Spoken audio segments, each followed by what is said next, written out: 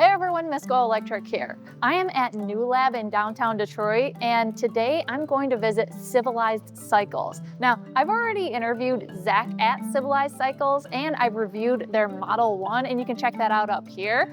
But they're working on something new, and it's quite fascinating because this is going to be a semi-truck with bike components. Sounds a little strange, but we're gonna find out more. They're calling it the Semi Trike. So let's go inside and check out what Zach has cooking up.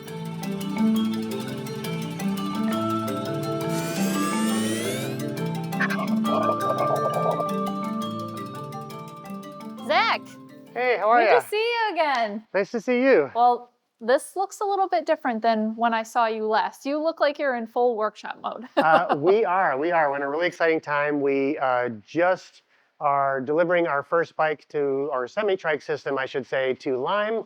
And we have a couple more customer deliveries headed for this week that we're really excited about. I mean, this semi-trike looks so unique, and you started off in the consumer realm with the Model 1, a great bike, but you have now shifted in this direction to offer more of a, I would say, commercial cargo application. Yep. So can you talk about the journey from getting to Model 1 to the semi-trike? Sure. Well, when we developed the Model 1, we got all the patents for e-bikes for self-leveling air suspensions.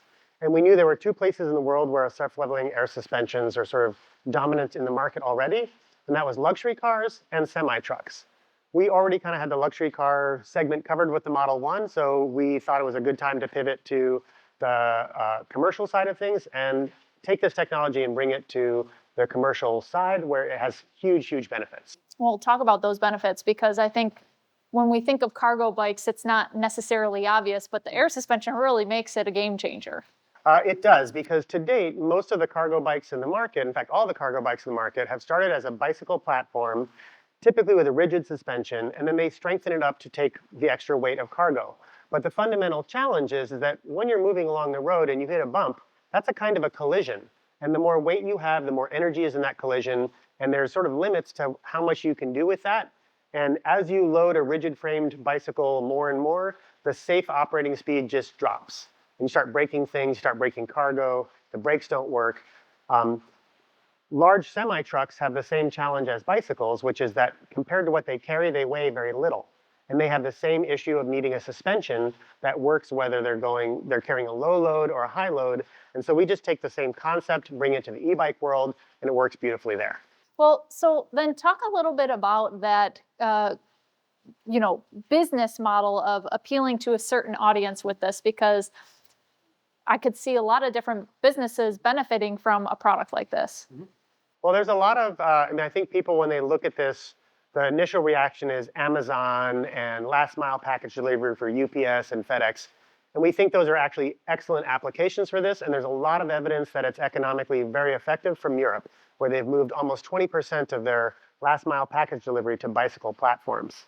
That hasn't quite happened here yet because the European scale, design, and legal set hasn't produced a product that really works for the United States, but we think we have a good shot. However, those are elephants, and they may be difficult to kind of digest all at once. And we know there's already a huge market in the United States for low-speed delivery on campuses all over the country, whether it's military campuses, industrial campuses, hospital campuses, educational campuses, and a new breed of real estate development which is happening, which is pedestrian friendly. Any area that's pedestrian friendly, you don't want to bring in heavy trucks for delivering stuff, but you still need beer, you still need pizza, you still need all the other things in that community, but you don't want to bring heavy trucks in and out. And so as we shift to more cleaner and lighter forms of living and transport, this is going to be a natural fit. And I think there's a lot of market before package delivery that we can grow into. And then, of course, there's those huge whales, which are going to be great customers for us. Of course. Now, I see, obviously, a trike application. So these are some of the prototypes that you have. Is that correct? Yeah, these are really more sort of for pilot production or beta vehicles, something about that stage. These are going directly into the hands of customers for immediate testing and feedback. They are fully functional. They deliver on all of the promises of this system, of the safety, of the cargo capacity. Mostly what we need to do now is go through the kind of iterative process of durability testing, refinement, reducing the complexity of building them so that we can really hit the price targets that we want. This as a system should be able to deliver much of the value of a Ford Transit van for low-speed applications. The box van version can carry 200 cubic feet, 800 pounds, at about 15 miles an hour in total safety. And so that means for many, many types of fleets, there's a percentage of their fleet that can be converted to this type of use, and money can be saved by businesses, carbon can be saved by the planet, and we can all breathe better in our neighborhoods. All right, so it sounds very interesting so far, but could you do a little walk around for me and kind of explain the design elements and what the capability truly is of this bike? Sure. Trike. It is a trike. The reason it's a trike is because in the United States, that's what the law says is a bicycle. There is no actual quadricycle or four-wheel bicycle law in the United States except for New York City, where they recently are experimenting with some of this and passed a law for four wheels. The trike format has traditionally had a safety issue, which is that they tip over easily because of three wheels. And anyone who's ridden a tricycle as a kid has that experience. But much as kids who ride tricycles when they're kids have the experience that you learn to stand on the back axle and kick it, right? We took that same physics and applied it here, where we take the full weight of the trailer and we put it over the back axle. We put the battery and all the mechanical stuff over the back axle. And then we connect the trailer and the trike with a fifth wheel, not a regular hitch. So on a conventional car hitch, the trailer can move in any direction. On a tractor trailer, it can only move this way and this way. It does not allow any twist movement. So what that means is a loaded trailer makes the trike safer because it stabilizes the trike and keeps it flat on the ground. The whole system handles very, very safely, kind of like a car. And then wherever possible, we have taken components that are tried and proven high mileage components from automotive or trucking, like our air leveling valves are straight from the trucking industry. Our air compressor pump is from automotive. Wherever possible, we've designed it to be a high mileage commercial vehicle. Also, unlike our consumer bike, we've de-integrated it, right? Instead of putting everything together in a pretty package, we've made it super serviceable. And this means for our commercial clients that it's cheaper to work on, requires less training and labor for their mechanics to keep it in service, though as an electric, they don't need a lot of service. And we've built in some other cool tricks that people may not have thought of that make it particularly useful in urban environments where real estate is really expensive. So if you think New York City, you have a warehouse in New York City, you're probably paying $60 to $100 a square foot for that space. It's precious gold. So because of that, let me show on this one real quick. I'll just take it down. This is designed, one, to be manhandleable, so you don't need like a lot of people to be able to handle it. I can pick it up with one arm, and I'm not like a particular Hercules. That means that in a warehouse or a tight operating environment, you can just pick it up to move it. Oh yeah, it snaps right in. That snaps in.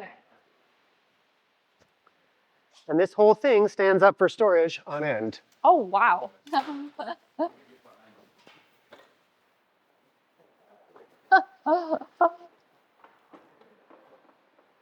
So this way, you can store one of these on 8 square feet and line them up in your warehouse, and then makes it much more cost-effective to own and operate a fleet.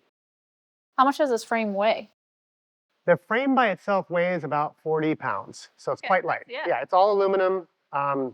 We've taken, every pound that we can take out of the frame is a pound of stuff we can carry. Yeah, payload. And so we've tried to keep it very light. Also, you can see the advantages of that lightweight from a simple handling efficiency point of view. You don't need jacks, heavy equipment. You can just kind of pick it up and muscle it around, and that makes it just a handy thing to have when you're working. Now, this is a pretty big battery pack that you have back here. It looks like almost 5 kilowatt hours. Yep. So can you talk about the decision to, this looks like a very encompassing one unit, and I see it's lithium iron phosphate. Can you talk about those decisions on integrating that type of battery? So first, from a philosophy point of view, we actually wanted to be battery agnostic. So we wanted to create the biggest possible hole for a battery where we could put lots of different batteries, because we know that different operators are going to have different needs.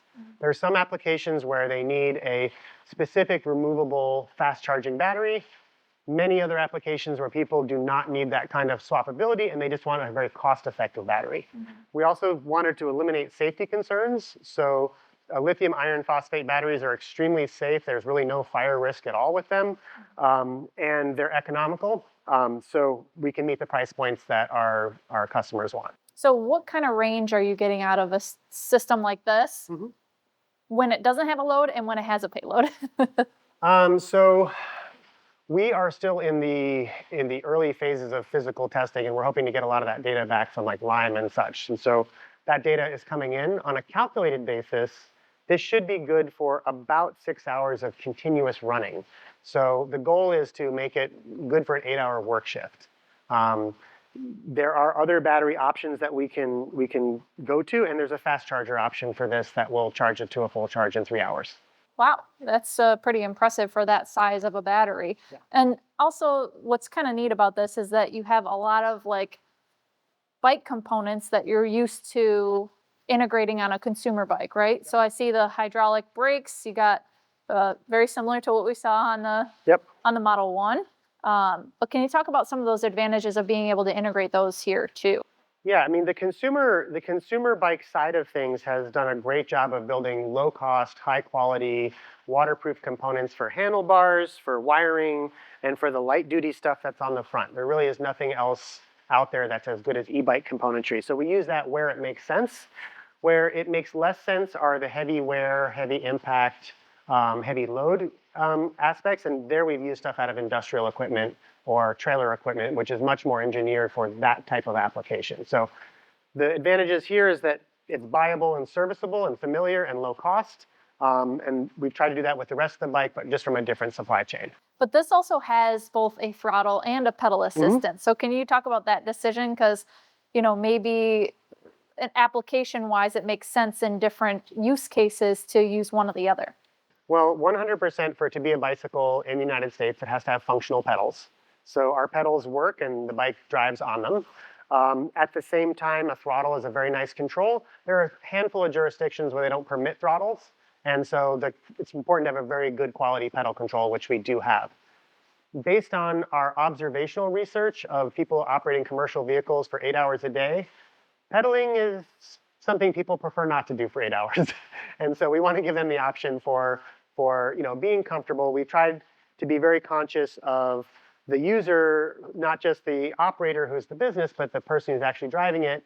And we think this is a huge upgrade from any kind of bicycle platform. From a comfort point of view, we have a big, wide, comfortable seat that you can spend all day on. You have a very ergonomically friendly seating position that's reclined. And adjustable. It looks like you can move the pedals and the handlebars. Fully adjustable up and down on the handlebars, in and out on the handlebars. That's a steering column, so you can find your comfortable spot.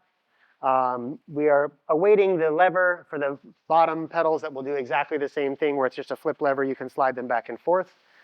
And this particular setup we chose because it always keeps the rider in the same place. And that way, even if you have a really big, heavy rider, they're not upsetting the handling dynamics of the vehicle by putting their weight on the front wheel. It's the handlebars and vehicle that come to them. So regardless of whether it's a very small person or a big person riding, same level of safety, loaded or unloaded. Now, as far as the trailer goes, how much can you tow with the trailer attached to it? And are you going to offer, say, like a cargo box that if you don't want to get a trailer, you don't need it, you can just put something on the back here? Because this looks like quite a bit of space already. We have had requests for cargo boxes, and we're studying that. The way the system is built now is optimized for the trailer because of that combination of trailer trike stability. We would have to do some additional testing and safety research before we kind of authorize loads without the trailer, just because it makes such a difference to the overall platform. But what we will do is a huge variety of trailers. So there'll be flatbeds, van box trailers, dump trailers, side loaders, stake beds, refrigerant, I'm sure, assuming is a good one. Cold boxes, digital display trailers. The sky is now kind of the limit. If you can fit it in a 10x4 under 800-pound package, and you can imagine it, and needs 20 amps of power or less, we can build that on the trailer, and it will stay together because now, unlike a rigid trailer or the other stuff that's been in the bicycle world, again, the shock loads that we'll experience are now kind of in line with what cars and trucks already are accustomed to, and so stuff is already engineered for. Packages and electronics are already engineered for those shock loads. They're not engineered for the hard hit of a rigid suspension at 15 miles an hour into a curb. That's going to break things. So as far as having this be a trike, a bike, and having the ability to bring it a lot of places that cars can't go, can you speak to on like the regulations and what this opens up as far as opportunity in that realm? Because there's a lot of restrictions, but when you get into the bike space, you don't have to have, registration. And so some of those things that people don't realize are cost savings. We're really excited about this kind of secret sauce of like universal access, right? Because bicycles are the only platform they're allowed to drive pretty much anywhere. You can go on a public road. You can go in a bike lane. In many places, you're allowed on like campus-type sidewalks. Neighborhood electric vehicles, golf carts, they're not supposed to be in bike lanes. They're not really supposed to be on public roads, though they can be if they're neighborhood electric vehicles, but they're still locked out of bike lanes. Also, none of those are designed for commercial cargo purposes. They're designed as people carriers on golf courses, which is lawn, which is just a completely different application. So we think, there's a good niche for us there. Regulatorily, it also allows, there's no insurance requirement, though we always recommend people, get some kind of insurance. But it doesn't require a driver's license. And overall, because we're moving, the whole package is light. Like a fully loaded system is going to be less than 1,500 pounds. So from a liability and risk and management point of view, that's just much, much less energy than the larger platform vehicles. And that is just inherently safer because there's just less energy. So access everywhere, low cost of labor, and access to a wider community can drive it. And so I think there's a lot of ways that the bicycle class is really kind of a big opportunity. Game changer. Yeah, it's a real game changer. It's a real opportunity in a lot of different dimensions. So as far as the timeline goes, where are you at and what else do you need in order to get there? Well, these are our first 4 that we built. Well, there's actually 3 here. There's one already in New York, which is going to be shown to customers on Thursday. But we already have a waiting list longer than we have bikes, and mostly what we need now is more resources and partners to kind of go faster. So anyone who's interested in helping us do that, we're all ears. Okay, and now you had spoke on a little bit about this Lime partnership, but can you kind of describe like what is the application here and how is it going to benefit them as a company to have a semi-trike? Sure, so we're running a pilot here in Detroit with Lime where we have taken one of our flatbeds and converted it to be a Lime scooter carrier. It can carry 7 Lime scooters on the back and about 20 batteries in the underbox. So they are currently using this to rebalance their scooter fleet, pick up damaged scooters that need service, and change batteries out for their fleet. And they love it because they can suddenly bring the whole platform much closer to where the scooters actually are. When they're driving a gas-powered van, they can't drive it into Belle Isle. They can't drive into the park areas where scooters are often left. If they have a scooter that needs an aired-up tire, they have to bring it all the way back to the van.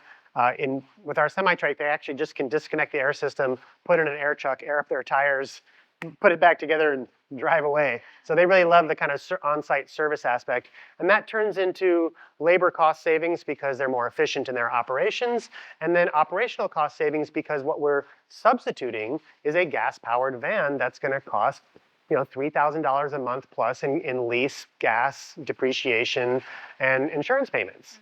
So we've just begun this partnership, but so far they're very excited about it. And if it goes well, we hope to roll it out to cities all over the country. Yeah, because I know I've seen plenty of Lime like vehicles that haul the trailer and they're moving. It just seems very counteractive to what they're trying to do as far as bringing more sustainable transport for people. When we spoke to them, they as a company are extremely focused on their carbon emissions, but they have struggled to find alternatives that work. And they've experimented with a number of different bicycle platforms previously to try to use more bikes to service their bikes and scooters, but they haven't found a formula that has worked yet. But we think we're there. Awesome. That is so cool to hear. So you're telling me that this works and you think that this is going to be a home run, but I think I need to try this.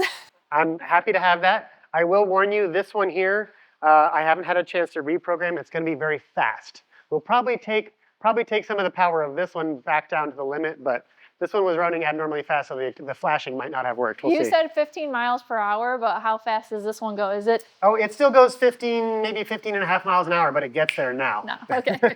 So here, let's pull this one out to the shop here. And what we can do for fun is we'll connect it to the trailer, and you can drive it truck style. Align that pin. Ramming speed. Yeah. That's it. So It's cool. hitched. Now I'm going to do the legs. Should we adjust the handlebars for you a little higher, a little lower? How's that feel? No, I think that's great.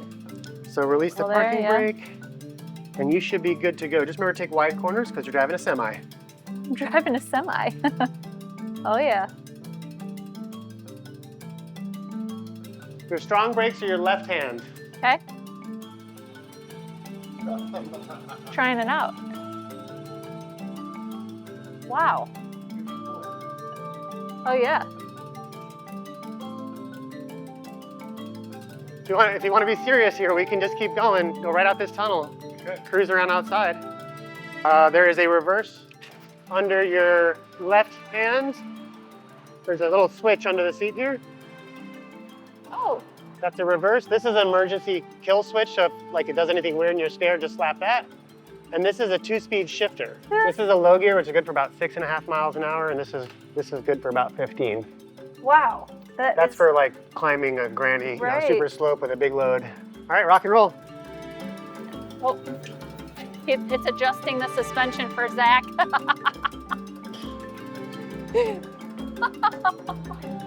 This is awesome.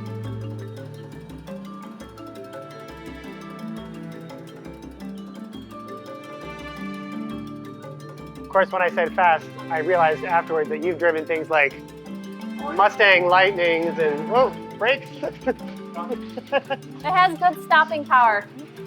Oh yeah, it'll stop.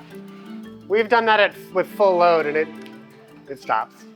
Yeah, it's like, I was realizing she probably drives like a Plaid or like a Mustang Lightning or something, just. Got a Rivian. Oh, they're stupid fast.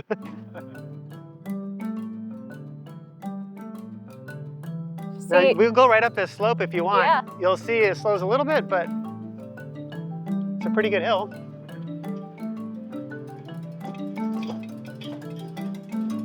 Oh yeah, that's perfect. That's all you need. Oh yeah, That's all you need. all you need. I like how they use the bike lanes as parking spots here. I know. So when he catches up, one of the cool tricks this thing can do is like a ridiculous U-turn. Really? Yeah. Take the tractor to 90 degrees. Yeah, there. Now go straight. It's quite a turn though, right? Like, That's amazing. Wow. I'm surprised how well that can U-turn.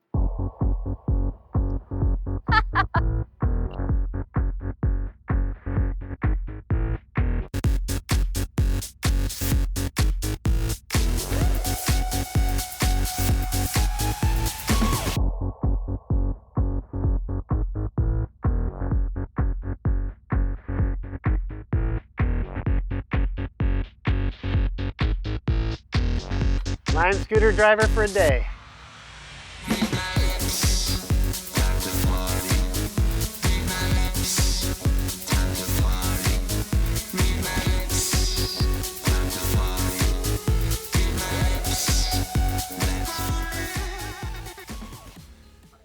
Well, Zach, that was pretty amazing to ride around what I thought was going to be super heavy and cumbersome, but surprisingly very easily to ride around, and especially with this trailer.